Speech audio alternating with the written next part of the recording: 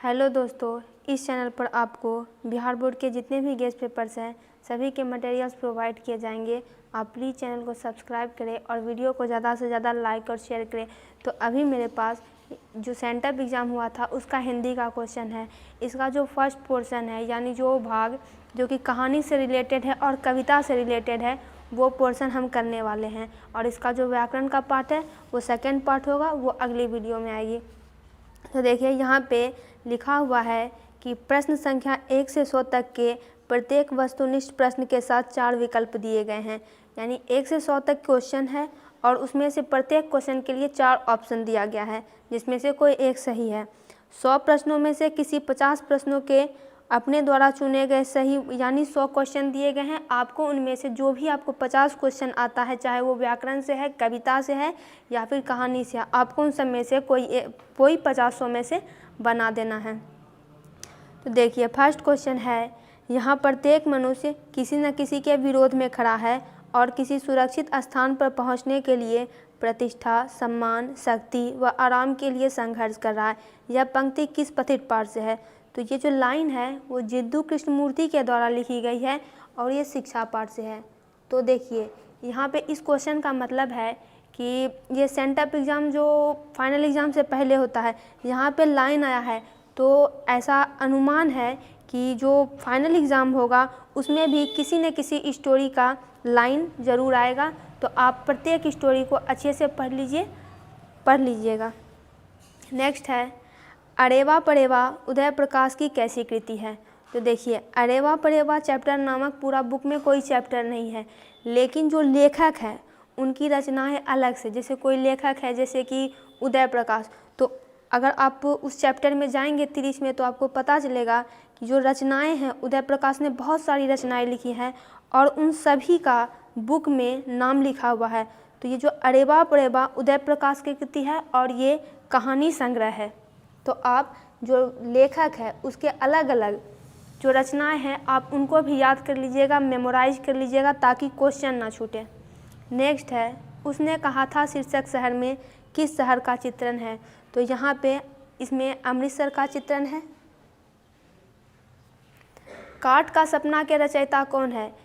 Same question second वाली ही स्थिति यहाँ पे है। काट का सपना नामक कोई कविता कोई कहानी बुक में नहीं है, लेकिन जो लेखक है गजानन माधव मुक्तिबोध उनकी ये रचना है काट का सपना, यानी इनकी जो अलग रचना है उसका भी क्वेश्चन आया है। ये हो जाएगा गजानन माधव मुक्तिबोध। जयप्रकाश नारायण का पुकार का नाम क्या था? उनका पुकार का नाम बाउल था। बाद में ये लोकनायक नाम से भी प्रसिद्ध हुए थे। आते हैं नेक्स्ट क्वेश्चन पे। नेक्स्ट है, अर्धनारीश्वर हिंदी साहित्य की कौन विधा है? यानी अर्धनारीश्वर जो लिखी गई है वो किस विधा में लिखी गई है? कहानी है, निबंध है, व्यंग है?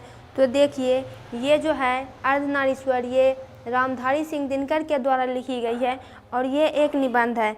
तो हमारे बुक में लगभग 12-13 कहानी है और 12-13 कहानी है, तो उसमें से आपको प्रत्येक ये बात जान लेनी चाहिए कि इसमें कौन व्यंग है, कौन निबंध है, कौन कहानी है। इससे रिलेटेड क्वेश्चन एग्जाम में ज़रूर पूछा जाएगा। नेक्स्ट है, किस कवि ने लिखा है खेत रहने वालों की सूची अप्रकाशित है?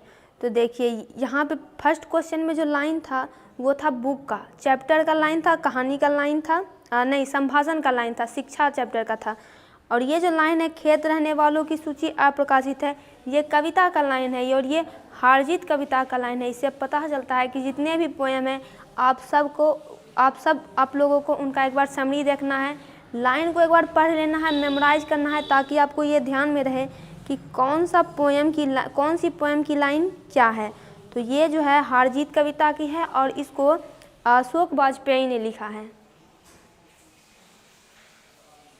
नेक्स्ट है, गांव का घर शीर्षक कविता ज्ञानेंद्रपति के किस संग्रह का अंश है? तो गांव का घर ये संशयात्मा से लिया गया है। नेक्स्ट है, राष्ट्रगीत में भला कौन हुआ भारत भाग्य विधाता है? यह पंक्ति किस शीर्षक कविता से है? देखिए यहाँ भी कविता की लाइन पूछी जा रही है, तो अगर आपको कविता का लाइन, आप कविता को अगर पढ़े होंगे, अगर आपको लाइन याद होगी आप आसानी से बता पाएंगे। तो ये जो है अधिनायक कविता से ली गई है। जयप्रकाश नारायण की पत्नी का नाम क्या था? तो उनकी पत्नी का नाम प्रभावती देवी था। संपूर्ण क्रांति नामक जो चैप्टर है वो जयप्रकाश नारायण के द्वारा लिखी गई है। और यहाँ पे जो लेखक हैं बुक में उनमें उनके माता पिता का नाम, उनकी पत्नी का नाम, ये सब भी लिया गया है। तो देखिए क्वेश्चन आ रहा है कि उनकी पत्नी का नाम क्या है, तो आपको इसे दिमाग लगाना है कि जितने भी लेखक हैं उनकी पत्नी का नाम, उनके माता पिता का नाम हमको याद कर लेना है, उनको ध्यान में रखना है ताकि आप क्वेश्चन आसानी से बना पाएँ। संपूर्ण क्रांति पाठ का ऐतिहासिक भाषण गांधी मैदान में जयप्रकाश नारायण ने किस वर्ष दिया था? तो उन्होंने जो यह ऐतिहासिक भाषण है उन्होंने 5 जून 1974 ईस्वी में दिया था। नेक्स्ट है रिकंस्ट्रक्शन ऑफ इंडियन पॉलिटी नामक पुस्तक के रचनाकार कौन है? तो ये रचना जयप्रकाश नारायण की है। रामधारी सिंह दिनकर के माता पिता का क्या नाम था? तो देखिए यहाँ माता पिता का भी नाम पूछ ही लिया गया। इनके माता पिता का नाम मनरूप देवी और रवि सिंह था। रोज़ कहानी शीर्षक कहानी की नायिका कौन है? इस कहानी की नायिका मालती है। तो देखिए जैसे कोई कहानी है उसमें किसी पात्र के बारे में कोई विशेष पात्र है, तो ऐसे में आपको उस विशेष पात्र का नाम याद रख लेना है। या फिर कोई भी कहानी है उसमें कितने पात्र आए हैं और उस जो भी पात्र है उन सब के नाम क्या क्या हैं, आपको ऐसे ही कोई पात्र पूछ दिया जाएगा, जैसे कि कोई नाम दे दिया जाएगा ये किस कहानी की पात्रा है, तो आप आसानी से चैप्टर का नाम बता सकते हैं। अब यहाँ है अज्ञेय का पूरा नाम क्या है? तो अज्ञेय का पूरा नाम सच्चिदानंद हीरानंद वात्स्यायन अज्ञेय है। नेक्स्ट है 17 क्वेश्चन कि भगत सिंह के पिता कितनी बार जेल गए? तो जो ये क्वेश्चन है वो एक लेख और एक पत्र से आया है जो कि भगत सिंह के द्वारा लिखा गया था।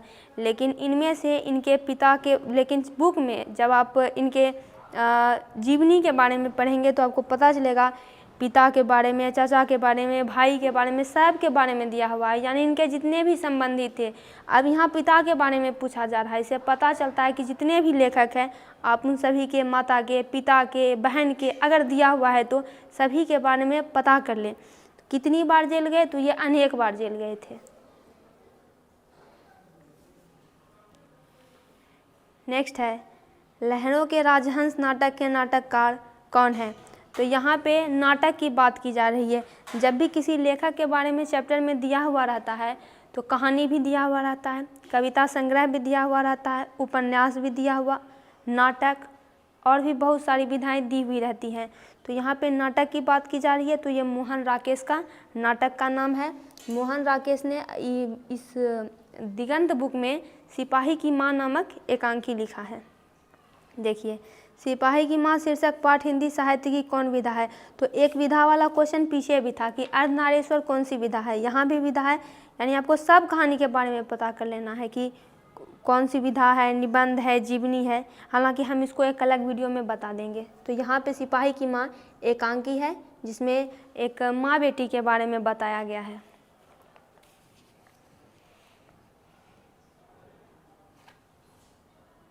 नेक्स्ट है मोहन राकेश का जन्म किस वर्ष हुआ था? तो इस क्वेश्चन से पता चलता है कि आपको जितने भी लेखक हैं उनके जन्म मृत्यु सबका ध्यान में रखना है। मोहन राकेश का जन्म 8 जनवरी 1925 ईस्वी को हुआ था। करबक जायसी की किस रचना से लिया गया है? तो मलिक मोहम्मद जायसी की जितनी भी रचनाएं हैं उन सब में से एक फेमस रचना पद्मावत है। तो ये जो करबक है ये पद्मावत से ही लिया गया है, जिसमें कि उन्होंने राजा रत्नसेन, रानी पद्मावती आदि के बारे में बताया गया है। तो देखिए करबक कविता है, लेकिन पूछा जा रहा है किस रचना से लिया गया है। तो अगर आप बाकी चैप्टर भी अगर पढ़ें हिंदी के तो आपको पता चलेगा कि जितनी भी कविताएं हैं, जितनी भी कहानी है वो लेखक के किसी न किसी एक संग्रह से लिया गया है। यानी लेखक ने एक किताब लिखी जो कि कहानी संग्रह था, उसमें अनेकों कहानियाँ लिखी गई है और ये जो बुक है उसी में से कोई एक कहानी उठा लिया है। आप आगे भी इस बारे में पढ़ेंगे, आपको इस चीज़ का भी ध्यान में रखना है, क्वेश्चन इससे ज़रूर आएगा फाइनल एग्जाम में। जायसी किस शाखा के कवि हैं? तो जायसी प्रेम मार्गी शाखा के कवि हैं। सूरदास किस भक्ति धारा के कवि थे? तो सूरदास कृष्ण भक्ति धारा के कवि थे। जब हम पोयम सेक्शन में आएंगे तो आपको पता चलेगा कि जितने भी कवि हैं वो किसी न किसी काल में हुए, किसी न किसी शाखा में हुए। कोई एक टॉपिक को उन्होंने उठाया और उस पर कविता लिखना शुरू कर दी, कोई एक भाषा को उन्होंने उठाया, उन पर कविता लिखना शुरू कर दी। तो आपको ये पता कर लेना है, बुक में दिया हुआ ही है और हम आगे बताएंगे भी और बताए भी हैं बहुत सारे वीडियो में कि किस शाखा से वे जुड़े थे, किस शाखा से वे जुड़े थे, उनकी कौन सी रचना थी, किस काल में उनका आविर्भाव हुआ था, आदि आदि। नेक्स्ट है सूरदास के पद उनकी किस पुस्तक से लिए गए हैं? यहाँ पे कड़वक जिस तरह से क्वेश्चन था उसी तरह से ये सूरदास वाला भी क्वेश्चन है। तो ये जो सूरदास के पद हैं उनकी प्रसिद्ध पुस्तक सूरसागर से ली गई है। आगे है तुलसीदास का मूल नाम क्या था? तो तुलसीदास का मूल नाम रामबोला था। ऐसा कहा जाता है कि तुलसीदास का जब जन्म हुआ था तो उनके मुंह में 32 दांत मौजूद थे और उन्होंने जन्म लेते ही राम का उच्चारण किया था, तो तभी से उनका नाम रामबोला पड़ गया था और उनका मूल नाम रामबोला था। तुलसीदास की पत्नी का क्या नाम था? देखिए पीछे भी ये क्वेश्चन आया था जहाँ पे कि जयप्रकाश नारायण की पत्नी का नाम पूछा जा रहा था। तो यहाँ पे भी वो लेखक सेक्शन के थे, वो कहानी सेक्शन के थे और ये कविता सेक्शन के हैं और इनकी भी पत्नी का नाम पूछा जा रहा है। तो इनकी पत्नी का नाम है रत्नावली। नाभादास के दीक्षा गुरु कौन थे? तो स्वामी अग्रदास। तो देखिए अब माता पिता का नाम भी पूछा जा चुका है, पत्नी का नाम भी पूछा जा चुका है और अब गुरु का नाम पूछा जा रहा है। तो आप जितने भी सब लेखक के गुरु थे और उनके शिष्य कौन कौन थे आपको ये सब भी याद रख लेना है। जैसे देखिए यहाँ पे पूछा जा रहा है गुरु का नाम, हो सकता है क्वेश्चन में पूछा जाए उनके शिष्य का नाम, तो इस तरह से आपको याद रखना है। नेक्स्ट है भक्तमाल के रचनाकार कौन है? रचना बार बार पूछा जा रहा है, आप इसको कंठस्थ कॉपी में लिख लीजिए कि आपको ये याद करना है। तो इनके रचनाकार हैं नाभादास। भक्तमाल में भक्त चरित्रों की माला है। नेक्स्ट है शिवाजी के पुत्र का नाम क्या था? तो शिवाजी के पुत्र का नाम साहू जी था। तो आप सोच रहे होंगे कि ये क्वेश्चन कहाँ से आया, क्योंकि शिवाजी के पुत्र के बारे में तो पूरे बुक में ना कोई कहानी है ना कोई कविता है। तो आप याद कीजिए, अगर आप कवित्व चैप्टर पढ़े हैं जिनको कि भूषण ने लिखा है, तो भूषण के ही प्रमुख आश्रयदाता थे, पहले थे छत्रपति शिवाजी, उनके बाद उनके बेटे साहू जी और यहीं पे साहू जी की चर्चा बुक में आई है। यानी कि भूषण से रिलेटेड जितने भी व्यक्ति थे आपको उनके बारे में पता करके रखना है, क्वेश्चन उनसे ज़रूर पूछा जाएगा। यानी पर्सनली भूषण की बात नहीं की जा रही है, बाकी जितने भी कवि हैं। भूषण की कृति निम्न में से कौन नहीं है? रचना वाला क्वेश्चन तो ज़रूर आएगा, क्योंकि अभी तक हमको लगता है कि 4-5 क्वेश्चन रचना वाला आ चुका है। इसमें से पूछा जा रहा है कि कौन नहीं है, बाकी में पूछा जा रहा था कि कौन है। तो देखिए शिवा भवानी भूषण की रचना है, शिवराज भूषण भी भूषण की रचना है, छत्रसाल दशक ये भी भूषण की रचना है, राधा रसकेली भूषण की रचना नहीं है, ये सूरदास की रचना है। आगे आते हैं, मालती के पति का नाम क्या है? तो मालती रोज शीर्षक कहानी की नायिका है, उसके पति का नाम महेश्वर है जो कि एक डॉक्टर हैं। जयशंकर प्रसाद किस वाद के कवि हैं? तो जयशंकर प्रसाद छायावाद के कवि हैं। नेक्स्ट है प्रगीत और समाज शीर्षक निबंध किस पुस्तक से लिया गया है? यहाँ पे आप ध्यान दीजिए कि प्रगीत और समाज एक निबंध है। क्वेश्चन ये भी पूछा जा सकता है कि प्रगीत और समाज किस विधा से लिया गया है, किस पुस्तक से लिया गया है? तो उनकी पुस्तक वाद विवाद संवाद से लिया गया है। नेक्स्ट है जूठन शीर्षक आत्मकथा के लेखक कौन है? तो आप जानिए कि आत्मकथा का मतलब होता है जिसमें कि राइटर यानी लेखक अपने जीवन के बारे में बताता है। तो यहाँ पे जो राइटर है उन्होंने अपने जीवन के बारे में बताया है और ये जो लेखक है वो है ओम प्रकाश वाल्मीकि। आगे आते हैं, ओम प्रकाश वाल्मीकि के माता पिता का नाम क्या है? पहले भी से क्वेश्चन पूछा जा रहा है माता पिता से, आपको इसको एकदम अच्छे से मेमोराइज कर लेना है। तो माता पिता का नाम है मुकुंदी देवी माता का नाम, और पिताजी का नाम है छोटन लाल।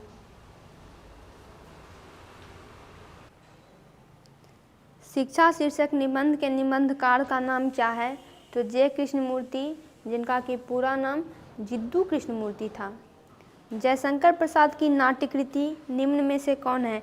नाट्यकृति का मतलब होता है नाटक, और कृति हो गई रचना, यानी उन्होंने कौन सी ऐसी रचना की जो कि नाटक है? तो ये हो जाएगा ध्रुव स्वामिनी। सुभद्रा कुमारी चौहान की कविता की केंद्रीय और प्रमुख प्रेरणा क्या थी?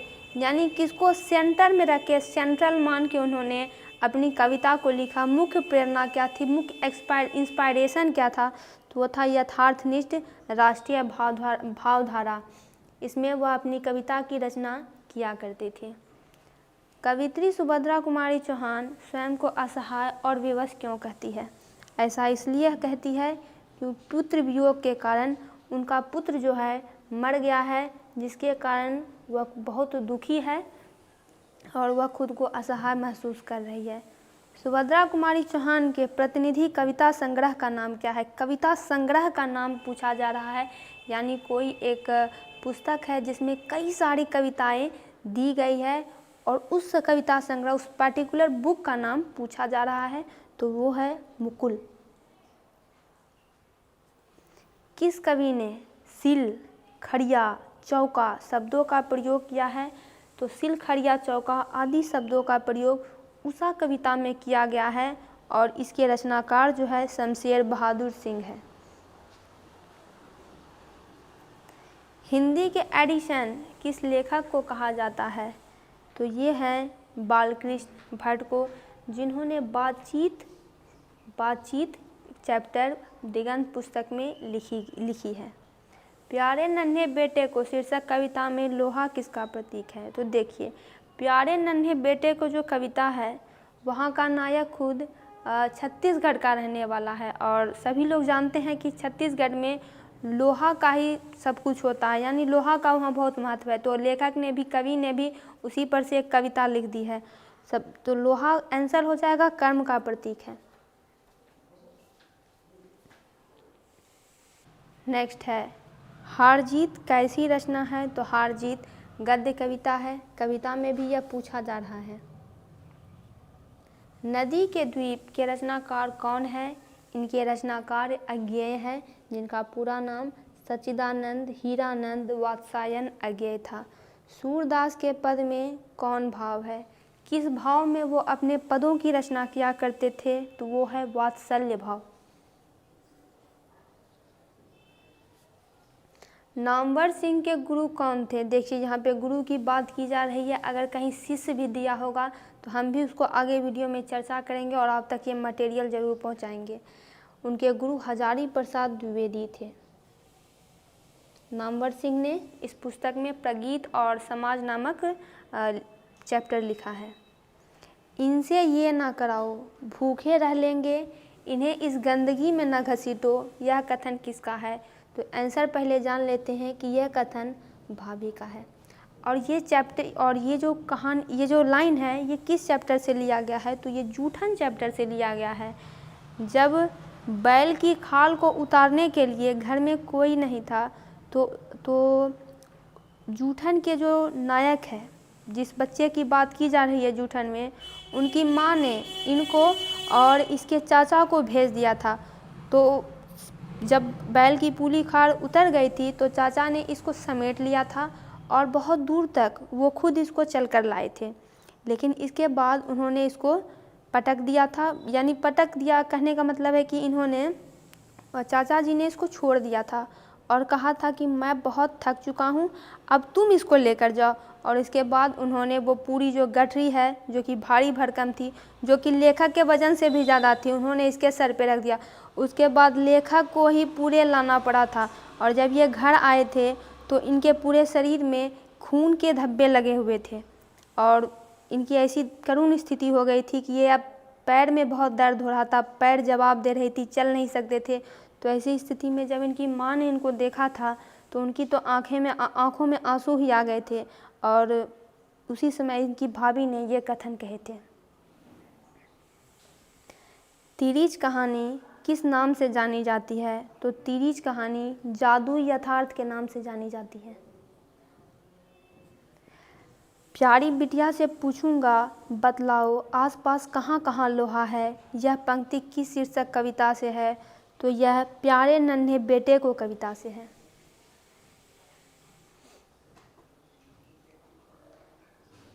नेक्स्ट है पंचायती राज में क्या खो गया है? तो पंचायती राज में पंच परमेश्वर खो गया है। ये कविता गांव का घर शीर्षक से ली गई है। ये जो लाइन है, पंचायती राज में खो गए हैं पंच परमेश्वर, और जो इसके रचनाकार है, जो इसके कवि है, वो है ज्ञानेंद्रपति।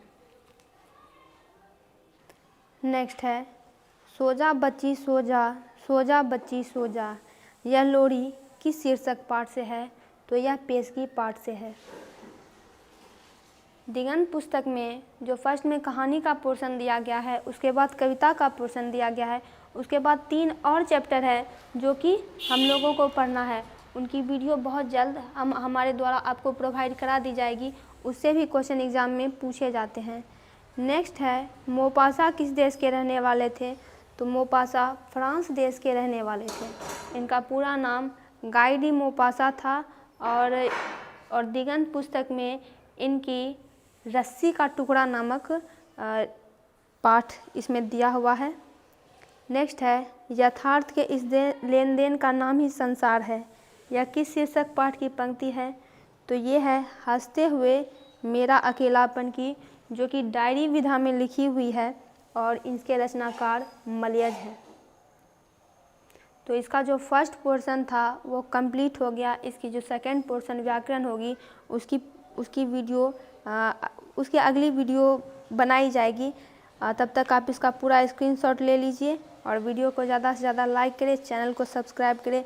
ये सब जितने भी चैप्टर हैं सभी के ऑब्जेक्टिव हमारे द्वारा बनाया गया है और आप इस चैनल पर जाके सभी के ऑब्जेक्टिव भी देख सकते हैं।